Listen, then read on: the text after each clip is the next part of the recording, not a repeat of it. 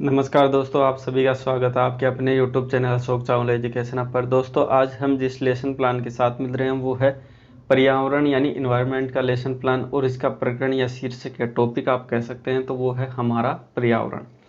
तो हमारा पर्यावरण नामक आज का जो हमारा टॉपिक है उससे संबंधित संपूर्ण चर्चा करने वाले हैं। उससे पहले मैं सामान्य बात आपके साथ कर लेता हूँ। तो सामान्य बात ये है दोस्तों, अगर आपको ऐसे ही लेसन प्लान हमारे चैनल पर चाहिए तो देख आप प्लेलिस्ट में जाके चेक कर सकते हैं। वहाँ पे अन्य सभी विषयों के सभी टॉपिकों के माध्यम से आपको वहाँ लेसन प्लान देखने को मिल जाएंगे।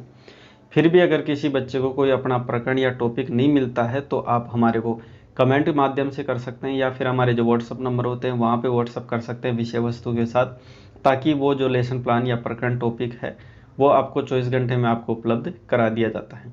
चलिए आज के टॉपिक पर आते हैं, हमारा पर्यावरण।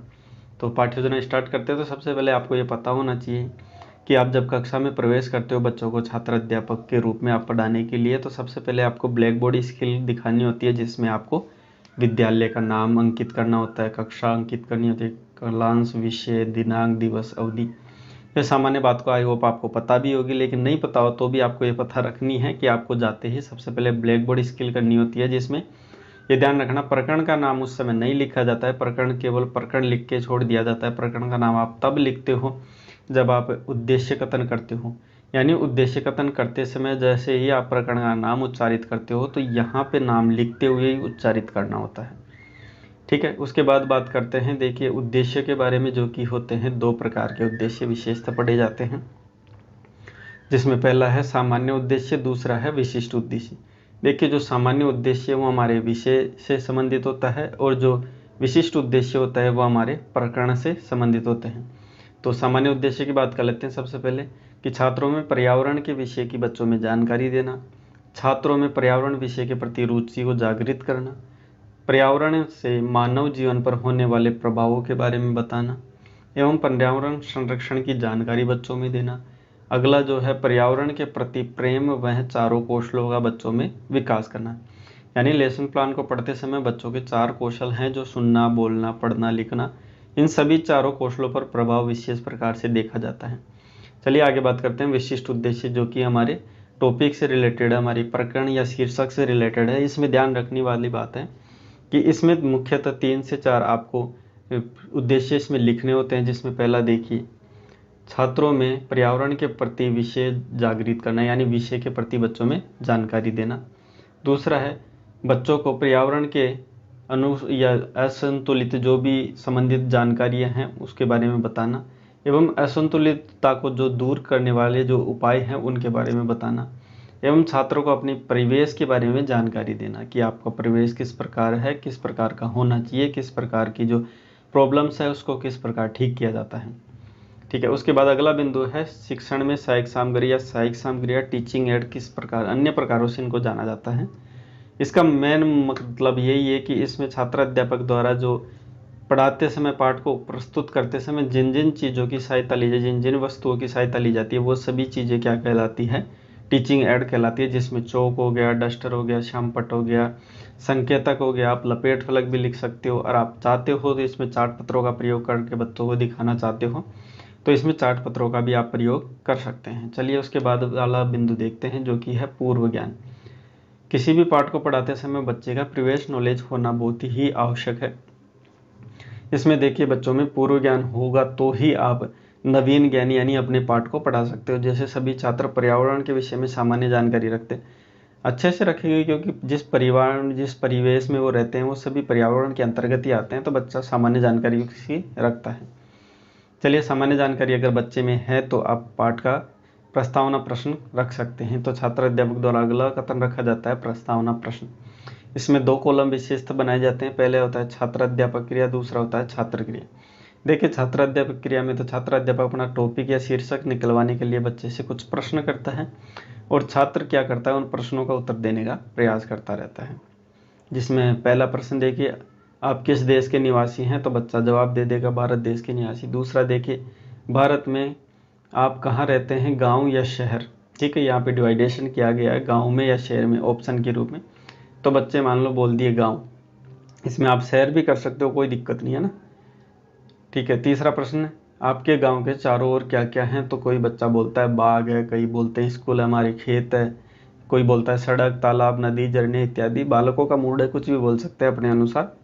ठीक है। चौथा प्रश्न, बाग, स्कूल, तालाब, खेत आपके पास जो भी है आपके आसपास में, वो हमारा कैसा संबंध रखते हैं, यानी हमसे कैसा संबंध रखते हैं। तो बच्चा इसका डायरेक्ट उत्तर नहीं देके यहाँ पे समस्यात्मक होता है।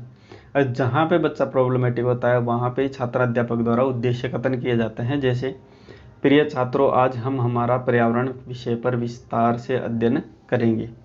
ठीक है, ऐसा कहते हुए छात्र अध्यापक द्वारा उद्देश्य कथन करता है। और ये ध्यान रखना, जब छात्र अध्यापक उद्देश्य कथन करता है तभी वो क्या करता है, ब्लैक बोर्ड पर जो प्रकरण का नाम खाली छोड़ा होता है वो पूरी कर देता है। उसके बाद देखिए हमारा अगला बिंदु है जो कि है प्रस्तुतिकरण। अब देखिए, प्रस्तुतिकरण ऐसा बिंदु है जो पाठ्य योजना का सबसे महत्वपूर्ण बिंदु माना जाता है। इसमें 3 कॉलम विशिष्ट बनाए जाते हैं। पहला है छात्र अध्यापक कथन, दूसरा होता है छात्र कथन, तीसरा होता है श्यामपट्ट कार्य। इसमें छात्र अध्यापक कथन में छात्र अध्यापक अपनी जो भी पाठ्य वस्तु या विषय वस्तु है वो बच्चों के सामने प्रस्तुत करता है। दूसरा है छात्र कथन, इसमें जो छात्र अध्यापक द्वारा जो भी विषय वस्तु पढ़ाई जाती है उसको ध्यानपूर्वक छात्र सुनता है। तीसरा देखिए श्यामपट्ट कार्य। श्यामपट्ट कार्य में छात्र अध्यापक द्वारा जो भी चीज़ें पढ़ाई जाती है उसमें से कोई मुख्य बिंदु अगर आता है तो उसको श्यामपट्ट पर लिखा जाता है। उसी को छात्र क्या करे, अपनी नोटबुक में नोट करता है। जिसमें आज का हमारा पर्यावरण संबंधित जो प्रकरण है उससे संबंधित पर्यावरण का अर्थ बताएगा छात्र अध्यापक। तो ये सभी डिटेल्स यहाँ पे लिखा हुआ है। आई होप आपको स्पष्ट समझ में आ रहा होगा। अगर कोई को थोड़ा ठीक नहीं दिख रहा तो आप इसकी क्या है क्वालिटी थोड़ी बढ़ा लीजिए, उसमें आपको स्पष्ट दिख जाए। फिर भी अगर आपको कहीं पे कोई समस्या आती है, किसी शब्द को समझने में कोई समस्या आ रही है तो आप हमारे को कमेंट कर सकते हैं। ज़्यादा टेंशन वाली बात नहीं है ना, क्योंकि अगर मैं सारी डिटेल्स बोलने लगा तो बिना फालतू में पाठ्य योजना लंबी हो जाती है। फिर कई बच्चे आपस में कमेंट करते हैं कि सर आप पाठ्य योजना को इतना लंबा क्यों खींचते हो। तो ठीक है, अब कई बच्चे ये भी बोलते हैं कि सर पाठ्य योजना को थोड़ा डिटेल से समझाया करो ताकि हम इजीली एक्सप्लेन कर पाएँ। तो भाई किसकी सुनूँ, समझ में नहीं आता है, इसलिए क्या करता थोड़ा स्पष्ट रूप से लिखा है। आई होप आप वैसे ही समझ जाओगे, इसलिए मैं थोड़ा अवॉइड ही करता हूँ, कम ही बोलता हूँ। ठीक है, जो चीज़ें बताने लायक है वो चीज़ें बता दें। तो पर्यावरण के भाग हैं इसमें, तो प्राकृतिक एवं आंतरिक 2 प्रकार के पर्यावरण को विभाजित किया जाता है। ठीक है, इसमें प्राकृतिक किस प्रकार होता है, जैसे जो प्रकृति द्वारा प्रदत्त होते हैं, जैसे जल, स्थल, वायु, पेड़ पौधे, जीव जंतु इत्यादि, ये सभी प्राकृतिक हैं। दूसरे देखिए सामाजिक, समाज से रिलेटेड होते हैं। ठीक है, जैसे घर, परिवार, गाँव, बाजार, पंचायत, थाना, दवाखाना इत्यादि। उसके बाद देखिए बोध प्रश्न। अब छात्र अध्यापक द्वारा बच्चों को विषय वस्तु तो प्रस्तुत की जाती है, लेकिन प्रस्तुत की गई विषय वस्तु में छात्रों को कितना ज्ञान हुआ, कितना बच्चा समझ पाया, ये जानने के लिए बोध प्रश्न किए जाते हैं। जिसमें पहला प्रश्न देखिए, पर्यावरण किन 2 शब्दों से मिलकर बना है, तो परि और आवरण। दूसरा देखिए, परि शब्द का क्या अर्थ है, तो चारों तरफ। आवरण का क्या अर्थ है, तो घिरा हुआ। पर्यावरण शब्द का क्या अर्थ, चारों तरफ से घिरा हुआ आवरण। ठीक है, उसके बाद देखिए मूल्यांकन प्रश्न। देखिए मूल्यांकन प्रश्नों की अगर बात करें तो मूल्यांकन प्रश्न संपूर्ण विषय वस्तु को आधार मानकर रखे जाते हैं। ये प्रश्न बच्चों का आकलन करने के लिए किए जाते हैं। इसमें देखिए पहला प्रश्न, पर्यावरण को किन 2 भागों में बांटा है, तो प्राकृतिक एवं सामाजिक। दूसरा देखिए, प्राकृतिक पर्यावरण का एक उदाहरण तो वायु है, सामाजिक पर्यावरण का एक उदाहरण तो परिवार है। मिट्टी, वन, वायु, प्रकाश, ये सभी किसके अंग है, तो ये पर्यावरण के अंग है। ठीक है, उसके बाद देखिए अगला बिंदु, या फिर मैं कहूँ अंतिम बिंदु। तो अंतिम बिंदु है वो देखिए, अंतिम बिंदु है गृह कार्य, यानी होमवर्क या फिर होम असाइनमेंट, अन्य कई नामों से इसको जाना जाता है। इसमें विशेष प्रकार से आपको ये ध्यान रखना है कि आपका जो प्रश्न होना चाहिए वो संपूर्ण विषय वस्तु को आधार मानकर प्रश्न होना चाहिए। और आप ऐसा प्रश्न इसमें रखते हैं जिससे बच्चे का पूरे पाठ का रिवीजन हो जाए, रिकॉल हो जाए, ऐसा प्रश्न इसमें रखते हैं। तो देखिए सभी छात्र प्राकृतिक एवं सामाजिक पर्यावरण की सारणी बनाकर लेके आए, नहीं कौन कौन सा पर्यावरण कैसा है, प्राकृतिक है, कौन कौन सा पर्यावरण कैसा है, सामाजिक है, तो इस प्रकार का डिवाइडेशन करके एक सारणी बना के लाए। छात्रों को ऐसा गृह कार्य दिया जाता है। उसके बाद देखिए आज की हमारी पाठ्यक्रम यहाँ पर होती है समाप्त। इसकी PDF की लिंक आपको नीचे डिस्क्रिप्शन में देखने को मिल जाएगी, वहाँ से इसको डाउनलोड करके आप इजीली बना सकते हो। और एक बात और बोल देखिए, जो भी हमारे चैनल पर अगर जो नया बच्चा है तो वो ध्यान रखना, हमारे चैनल को सब्सक्राइब कर लीजिए। ऐसे ही नए नए लेसन प्लानों के साथ, नए नए वीडियो के साथ हम रोज़ मिलते रहते हैं। बाकी किसी बच्चे को अगर कोई नए प्रकरण या नए टॉपिक पर कोई लेसन प्लान चाहिए तो ये हमारे व्हाट्सअप नंबर है, यहाँ पे आप विषय वस्तु के साथ मैसेज कर सकते हैं। 24 घंटे के अंतर्गत आपको वो लेसन प्लान हमारे चैनल के माध्यम से प्रोवाइड करवा दिया जाए। बाकी हमारा चैनल अशोक चावला एजुकेशन, हम बिना कहे सब्सक्राइब कर लिए, जाते समय वीडियो को जरूर लाइक करके जाए। मिलते हैं ऐसी नई रोचक पाठ्यक्रम। चलिए, धन्यवाद।